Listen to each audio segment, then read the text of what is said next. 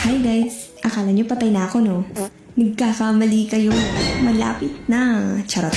Samahan niyo akong gumawa ng panreregalo sa kaibigan kong magbo-birthday bukas. And time check, 12 o'clock PM na nung sinimulan ko ito.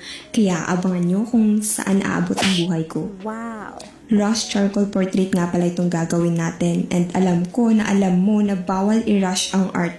Lalong-lalo na kung mukha ng tao. Tendency is, baka maling mukhang may drawing mo. Pero wala tayong karapatang magreklamo kung ngayon lang gumanda ako. Yung mood ko pala. Gumawa muna ako dito ng random lines. Mas maganda kung mas magulo tulad ng utak kong may ubo. Charot. Ang teknik na ito ang solusyon sa problema ng Pilipinas laban sa kupal. Charot. Panlaban talaga ito sa mga taong mahilig mag-cram. Cram back sa ex. Char. Sa ganitong method, di mo na kailangang sukatin kung gaano kanya kamahal. Alam, ba't ganito yung script?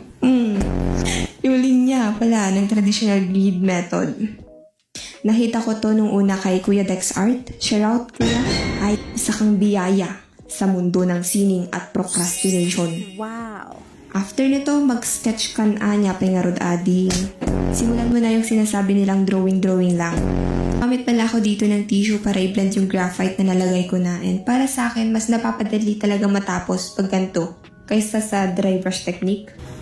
Pero kailangan pa rin natin ng mahabang pasensya sa pagre-render ng tamang shade, pati na rin sa highlights. Sa damit niya naman, dry brush technique na ang ginawa ko kung saan gumamit ako ng brush pang blend kasi mas darker ang gusto kong i-achieve dito compared sa skin tone niya. And mas challenging din itong background nito para sa akin kasi usually parang gradient lang na monochrome yung background ng mga commissions ko. Tapos ngayon biglang naging uod na puti.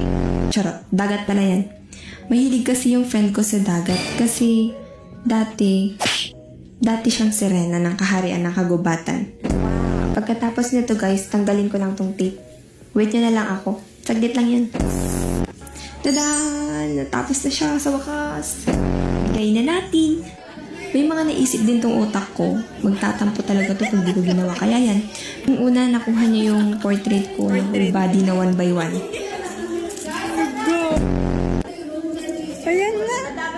Sobrang saya niya guys. Parang okay na siya dun sa picture ng idol niya. Eto, pwede niyo i-post na yung TikTok? Ayan nga, naibigay ko na. Kita naman sa reaction niya na gusto na niyang umuwi. Ay, umiyak. Di lang halata.